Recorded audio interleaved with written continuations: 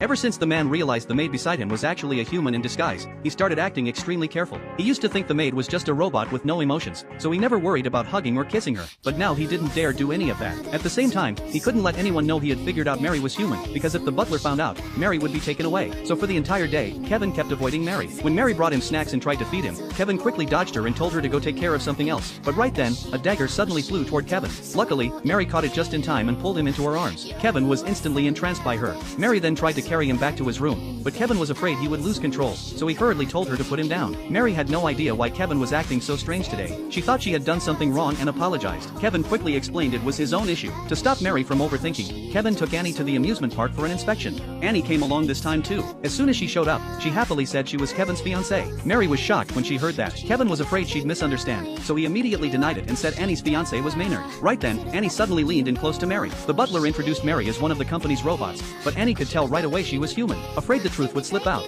Kevin quickly dragged everyone off to change into the Halloween costumes. Seeing how much Kevin cared about Mary, Annie deliberately complained that her dress was too big and asked Mary to help find the roller coaster route. Mary panicked, but just then, a piece of paper appeared at her feet. She opened it and saw it was a map. 間に合った。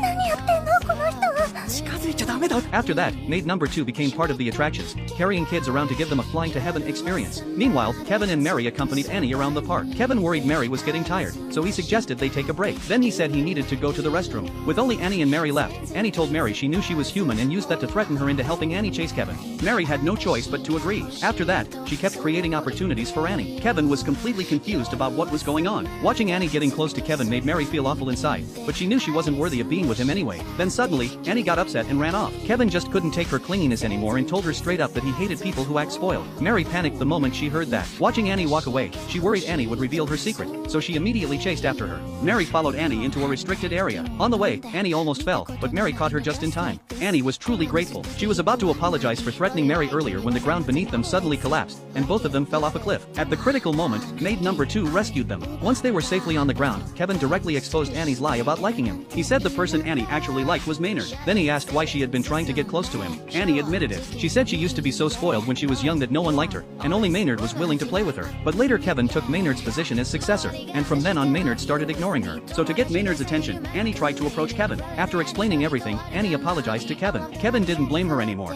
and Annie gave up on her plan to pursue him. As for Mary's secret, she said she would keep it for them.